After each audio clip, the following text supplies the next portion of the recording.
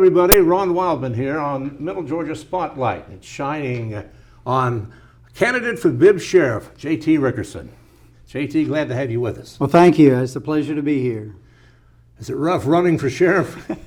More so than I ever thought, yes. I came in it very naively, but yeah, this is a very tough race. Well, you've been a long-time lawman. How far back does your career go? I started in 1984 as a narcotic agent with the Georgia Bureau of Investigation, so I served for 36 years with GBI. And you retired recently? I just retired about 5 months ago. And what would prompt you to seek the sheriff's office of Bibb County? Well, my wife and I moved here about 32 years ago, and so we've raised our boys here and we've made this our home. And just watching and seeing the crime and the deputy shortage and just so many problems that we have here, I could not in good conscience keep going to a job that I love. Now, a SAC with GBI is probably the best job you can have in law enforcement in the state. I left that job because I felt like I needed to take my attention and direct it specifically here at Macon and Bibb County. Everything gets down to money. Sheriff says, and everybody at City Hall says, that lack of money has caused the shortage of deputies in Bibb County. Well, I don't believe it's just that simple. I've interviewed and spoke with a number of deputies that have left, that went to Monroe County or Jones County or even went into the private sector. And most of them are telling me that might have been a small factor, but the other factors that they were telling me why they left was they're working them too hard, they're doing too much overtime, they're using overtime as a normal course of business now, which that should be temporary. Their morale, they said, was as low as it's ever been. And you can do something about that? I'd like to do something about that. How do you deal with something like that? Low morale? Well, first off, we've got to get the numbers back up where they are. If you look at when they merged their departments in 2014, just 1 year later in 2015, they said they were 50 deputies short. We're now in 2020 and it's closer to 200 short. 200? 200 short. So we've got to get a handle on that, but we also got to get a handle on the violent crime that's on our streets right now. Well, you look around, it's everywhere it seems. What are we going to do here in Bibb Well, it's County? not everywhere. If you go to Monroe County, you go to Housing County, it's not there. It's here. Yeah, there are exceptions, but crime is rough these days. The crime is rough, but it's worse here.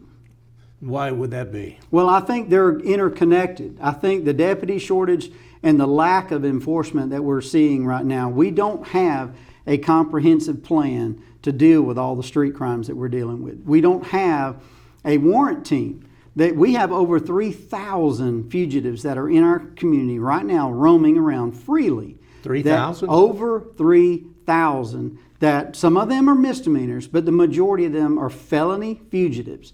The sheriff's office does not have a plan to bring them into justice. That should be one of their top priorities, is making our streets safe and getting these predators off our streets. Say a warrant team is needed? A warrant team is needed. They have a warrant division there, but out of the sheriff's own mouth, he said their main priority is prisoner transport. So that means they're only concerning themselves with people that have already been locked up. We should be looking at what's going on our streets, the dangers that are out there, and bringing these fugitives to justice. Now, your final position was down in GBI Perry? That's right. I was a special agent in charge over the Perry office my last 6 years with GBI. So you've had plenty of dealings with the Bibb Sheriff's Office? I've worked with them on a number of cases. We mostly worked the officer use of force cases, but we have worked a few other cases with Bibb County. What's your relationship been with Sheriff Davis? I consider David Davis a friend of mine. He and I both are National Academy graduates. We've known each other. I've probably known David 25 plus years. He told me the same thing about you, in the same manner. Yeah, this is nothing personal. This is all about making our streets safe again. So day one, what would you do if you got in there? Well, I'm going to be like a Ringling, Barnum, and Bailey circus. I'm going to be running a number of things all at the same time. I have to get the streets safe, so I got to focus on that. But I also need to look at the deputy shortage. That is at a crisis right now with 200 short. We've got to get a warrant team in there to get these fugitives off our streets. We don't have a comprehensive plan right now to deal with all the street crime, the gang activity. When you think about all the car break-ins, the house burglaries, the business burglaries, They don't have a real plan. Right now, they are more reactive than they are proactive. So we've got to turn that wheel and change that around where we are now addressing crime, not just responding to it. And it would take a lot more people to fill that Well, gap. this problem that we have here did not occur overnight. It has been degrading over the last probably 10 years. Also, the sheriff's office, in talking to Sheriff Davis, and of course I've been around the sheriff's office for a number of years, is a big operation. It's not just crime. That's one part of your job if you're sheriff. You oversee a jail, which is in effect a small prison. That's correct. Yeah, there's roughly 900 inmates that are being housed at that jail. And how do you deal with something like that? Well, you've got to look at it. I know I've heard from people that work there that have called me up anonymously complaining about the conditions there at the jail. I don't know if you've been in that jail, but they say they're deplorable when they talk about the sanitary conditions there. They talked about the other day when I was at church, I got information that they didn't have enough jailers to show up on Sunday morning. They have around 900 inmates there, and I think they had 12 jailers show up. Most of them called in sick. So that is a problem.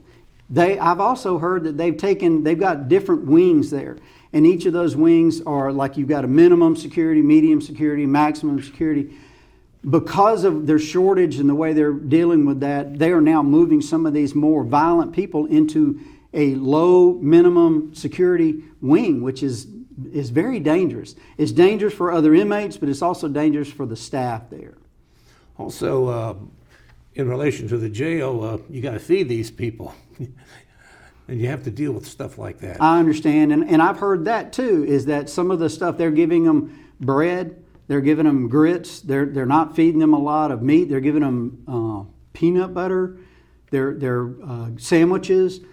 Those are some things that I'd like to look at. Now, when we look at the treatment of an inmate, I'm not an inmate advocate by any stretch of the imagination. I was getting ready to ask you. A lot of folks don't care what you feel. I'm not, but we have to humanely house them. We have judges looking over your shoulder, too. We do have that, and we also have the 8th Amendment of the Constitution that says cruel and unusual punishment. And we're not there to punish them. We're there to house them. But we're going to do it humanely. There's a way we can do that humanely. Now, when was your first job? Where was it? When I first started, I was an undercover drug agent. I got out of my training school, which was only 6 weeks at the time in Georgia. That was all that was required. I went to Eastman, Dodge County to work undercover drug investigations. Are you from down there? No, not at all. Where were you raised? I was raised in Fort Valley and in Griffin. And so you've been in Middle Georgia all your life. I've been here 32 years, so when people ask me where I'm from, I actually say I'm from Macon now because I've lived here longer than any other place. So when you got into the GBI, were there any surprises to you what law enforcement was really like compared to what you thought it would be like? It is different. You see a part of society that a lot of people go day in and day out and never see. I've gone knee to knee, toe to toe with serial offenders, guys that have killed 5 or 6 people with their bare hands. I've also dealt with child molesters that molested 10, 15, 20 kids. And I've dealt with guys that were serial rapists, that raped a young girl that was 13, raped a single mom that was pregnant, raped another single mom. When we caught him, he had already raped at least 6 people that we knew of. These are awful things you're talking about here. Absolutely. When you are around these guys or women or anybody involved in crime, what's it like when you have to sit across the table from them and get this information, get on the plea guilty if possible? It is disgusting, but I don't actually get to sit across the table. I've got to move around to the side and get knee to knee and toe to toe with them to get them. I get in their personal space. And I've been in personal spaces of folks that I was they were deplorable people, disgusting, some of the things that they did. But I will talk to them in a way to get the information that I needed to get so we could secure a conviction. Well, will that help you when you're having to hire hundreds of people, when you get to talk to deputies? Yeah, absolutely. In my training that I've had and my background, I actually am a criminal justice adjunct professor out at Middle Georgia State University. So I've been teaching young criminal justice students for the past 15 years. I'm also an instructor with the police, like through the police academy. I was the training coordinator for GBI, as well as the academy director with GBI. You know, crime is so expensive and so encompassing of everything in our lives. I mean, we lock our doors every night because of somebody out there that might want to get in there. Why do we have so many criminals? I mean, you wouldn't think it would just be that big. Well, there's a number of different reasons. And when we look at crime, we define crime as society's problem. So it's not just law enforcement's responsibility. Now, obviously, we're the ones that investigate it and we apprehend them and bring them to justice.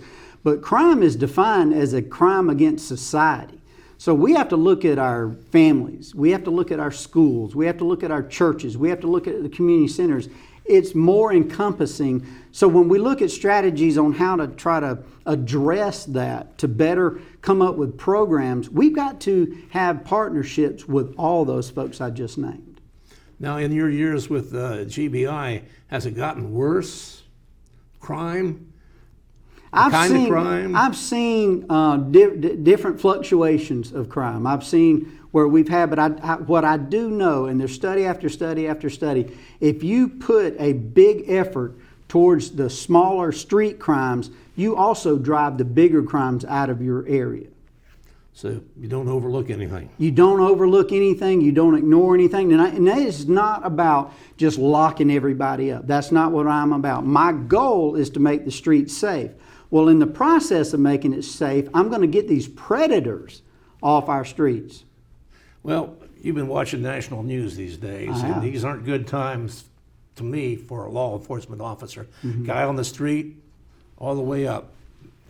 What are you thinking about that? Well, one of the pushes that I have here is national accreditation, which means we're going to raise the standards at the Bibb County Sheriff's Office to a much higher standard, to the national standard, not what they've been following since they've been incorporated.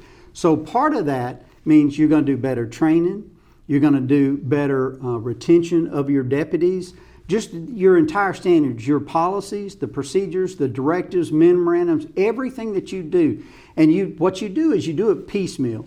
You take the jail, and we're going to work on getting that certified. And we're going to take patrol. We're going to work on that. We're going to take criminal investigations. We're going to work on that. You may or may not be able to work on it all at the same time. We'll just have to take a look at that. But it's worth the effort. It's worth the expenditure, because it will make the Bibb County deputies respond much better, much more effective, much more efficient to Bibb County citizens. And that's what they deserve. That's what, as public servants, that's what we should be striving for. What type or what level education do you expect new deputies to have? Well, I would like, obviously, for them to have a bachelor's degree, but I understand that a lot of them are not going to have that. But that doesn't deter me from having and providing a number of training classes. One of the things, and I've been talking with the Georgia executive, the executive director of Post, who handles all our training for all officers in the state of Georgia.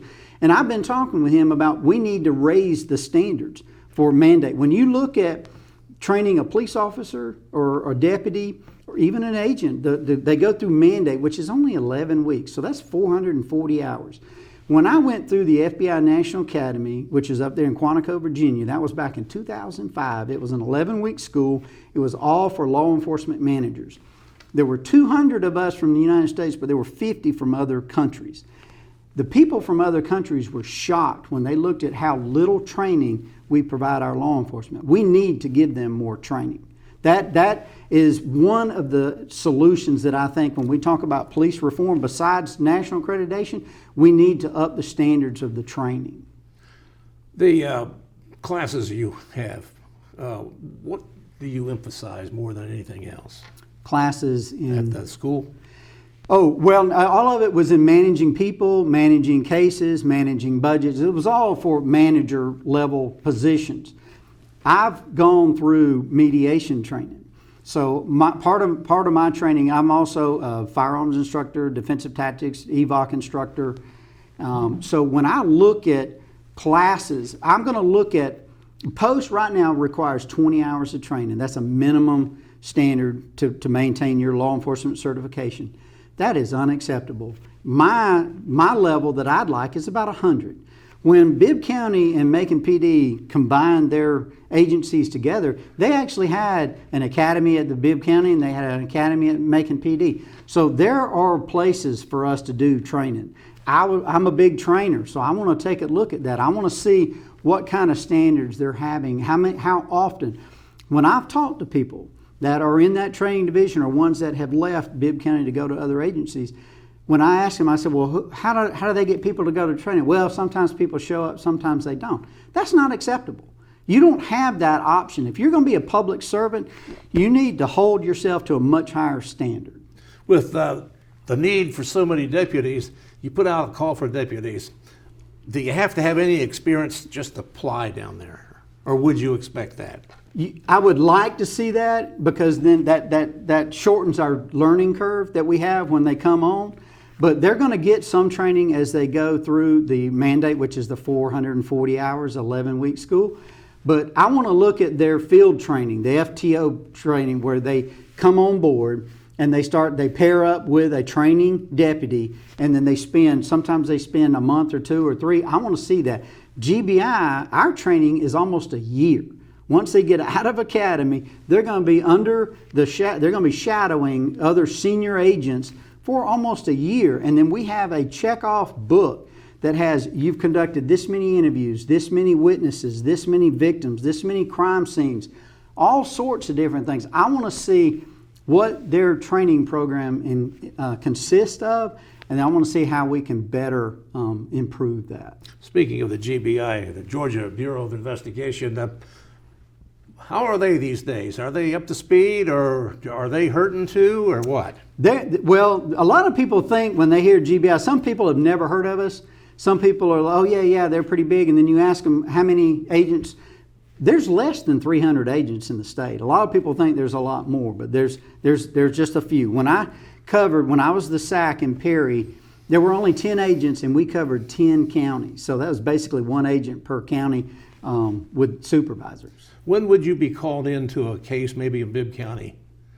We mostly worked officer use of force investigations is how we were called here. Because Bibb County is a large department. There are some very competent people that work there. So they're handling their own criminal investigations, and they only needed us for the officer use of force because they needed an independent agency to come in that was unbiased, that had no prejudices or anything, and we would work those cases. I've worked dozens and dozens and dozens across the state. Of course, Georgia has plenty of rural counties where they have maybe single-digit deputies. Absolutely. And small departments. And you had to help them out a lot more. We did a lot more criminal investigations in smaller areas just because their need was greater than what we had here. Some of them would last months, years. Absolutely. We have a number of cases that we worked for years. You worked much with the Highway Patrol? We did. GSP, we worked with DNR. And what would you like to see happen statewide to make things even better than what it is? Well, one thing I want to do, I want to create this task force here. And I know that they have a deputy or two that's assigned like the DEA or the ATF or maybe FBI task forces. I want to form a local task force. I want a partnership with Twiggs County, Monroe County, Crawford County, Peach County, Houston County, and any other county that hits in the middle Georgia area. And let's start looking at a more comprehensive approach to dealing with the street crimes, the drug dealers, the gang bangers that are out there. When you look at criminals, they don't recognize city limits or county lines. They operate where there's the least amount of enforcement. The more enforcement we can provide, the more we're going to either lock them up or run them off. I remember some sheriffs in the past, I don't know how Sheriff Davis does it now, but they wouldn't allow the Georgia Patrol to come in and do some traffic. Well, I can tell you after 36 years of service with GBI was created to assist the police departments and sheriff's departments in the state. So I am used to, for 36 years, of combining efforts and coordinating with other law enforcement agencies, whatever, if they're local, county, or state, or federal. It doesn't matter to me. What matters to me is let's solve the crime and make the streets safe. A few weeks ago, I talked with the Bibb coroner, Leon Jones. Mm-hmm. There's problems with the lab here with the GBI. Yes, we lost the medical examiner here, and that's very unfortunate. What do we do about it? Well, we need to be looking. I know that they were looking and just trying to recruit somebody that has those qualifications. You think about the gravity of that person's position here when we send a body from a homicide. We need to know very specifically what happened and the cause of death, so it's very critical. When we don't have that here, then that puts an extra burden on the other labs that do have medical examiners. So now we're overloading, say, the Atlanta lab, which is, it's unfortunate. Takes months to get some readings back. Yes, well, the autopsy is bad enough, so we're going to wait on that. But now for toxicology and serology and any other forensic evidence, yeah, we're looking at 6 to 9 months and sometimes even further, depending on the case. Is that a finance thing? Well, part of it is, but see, when you look at the crime lab, GBI was made up of 3 divisions. We had the crime lab, we had the GCIC, which is like the criminal history and the driver's history stuff, and then we had the investigative division. The crime lab has their own accreditation, and so part of the way they do business, they have to have peer review, and so there's a number of things that make the process much slower. It's very thorough, but it slows down the process. What's this virus thing done to law enforcement? Well, it's changed the way we do business. A lot of people are teleworking. We've had some more concerns. I know when I actually retired right when all this was coming out, but I've spoken with the guy that replaced me, and we were talking about strategies on how you can get the best work out of the agents, but then keep them safe. Same thing with deputies. You got to think about jailers in the jail. If somebody is infected in the jail, you're now in a closed, confined area. You got to be so super careful in how you conduct business that way. But it's changed the way we do business here. You know, I come to think of it, I haven't heard any information about how our jail has coped with this that much, really. Have you? You would need to ask them, right? I don't have. I do know that they're frustrated about the conditions there. Somebody contacted me recently talking about the unsanitary conditions there and the smells, and they actually said that 20 to 30% of the doors there inside the jail cannot be locked properly, which should be very concerning. How do you keep a jail when you don't have doors that you can secure? I want to get back to this national picture these days with the war on lawmen. How would you handle that? Well, we just have to understand, the way I see going into public service is you are a public servant. All right, so I'm not going in it to make money. I'm not going in it for fame. I'm going in it because I care about people, and I want the streets to be safe. I want to solve crime. I love locking bad guys up, but that's why I got into this. And so what you have to do, it makes our recruiting that much harder. So we're going to have to look at people and find people that have what I call a servant heart. If they have the servant heart, then we can work through these bad times, which we've had this before. This happened several years ago where bad incidents happened and a lot of people were very negative on law enforcement. It did not deter us from running towards danger and trying to help people. Seems like this time it's going a lot further. We got demonstrations in the street, shootings overnight. A couple of officers just a couple of nights ago were shot. It's very unfortunate, and I can tell you in my career, I have served out there on the streets when there were demonstrations. I stood right beside folks that were vehemently opposed to the other people. I put myself in harm's way. I put myself in between them. I was protecting both sides. I wasn't just trying to protect the person that was trying to make their voice heard. I was also protecting the counter demonstrator and trying to explain to them this person under the Constitution has a right to express their concerns. Now, you don't have a right to vandalize buildings and harm people, but if you want to speak your piece, then I will defend you with my life so you can do that. I don't have a right to spit on you or throw things at you either. No, you can't assault somebody. I've been around some tense situations as a news reporter over the years, but what pressure they're under these days is just awful.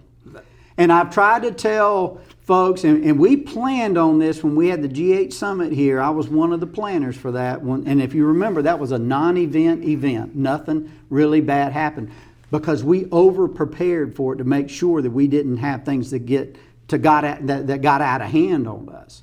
So what I try to tell agents, and I'll do the same thing with deputies, you have to have a very high tolerance of what you're going to put up with, because people will get up in your space. They will be vehemently yelling and screaming at you, but that doesn't give you the right to put any hands on them until they actually physically assault you. So that is, people have no idea how hard that is to stand your ground and have somebody this close to you yelling in your face. Why should you have to put up with that? I do that because I'm trying to protect the other person's right to say their piece. And so I'll do that. When did the notion strike you that you wanted to get into law enforcement? How long ago? What age were you? I was 21 when I started with GBI. When I was in college, I was trying to put myself through college by myself. And I really originally wanted to be a math teacher. And so I went to school for about 2 years, and I ran out of money, basically. So I came home. I was trying to reorganize, figure out what I needed to do. I was 21 years old, and it just hit me like a ton of bricks one day. My mother actually was the secretary for the investigators at the Spalding County Sheriff's Office in Griffin. And so it just hit me like a ton of bricks one day. Why don't you go into public service? That's what you need to do. And from that forward on, I was lucky enough. GBI was hiring at the time. They interviewed about 200 applicants, and they hired 16, and I was one of the 16. JT, campaigning, that's a lot of work, isn't it? It's more than people know. Yeah, it is a tough, tough job. Well, the folks are out there right now. You want to talk to them for a minute? Sure. And just so you understand, I served for 36 years, so it's in my DNA to run towards problems. We have some problems here in Macon and Bibb County, but these problems are not where we can't solve them. When I look at law enforcement, people look to us to provide security, to provide protection. They don't look to us to provide excuses. What I've been hearing lately is a lot of excuses. Why we can't do this, and why we can't do that. I'm a guy that likes to offer solutions. When you look at leadership in law enforcement, they should be providing leadership. Now, through the power of your vote, you can change this. You can change the course that we're on right now. It does not matter if you are a Republican, a Democrat, an independent, a libertarian, or whatever party you affiliate with. Everybody wants to be safe. We all deserve to be safe, and you deserve a sheriff's office that is out there that is working diligently every day to make your streets safer. Thank you. You have a power on that on November 3rd. Vote for JT Ricketson. Also, we have advanced voting too, don't we? We do, starting October 12th. Well, thank you, sir, for being with us, and good Yes, luck sir. to you. Well, thank you. You asked some awesome questions. Well, you got some great answers too. I hope so. Thank you for joining us today on Middle Georgia Spotlight. I'm Ron Wildman here at WMUB TV.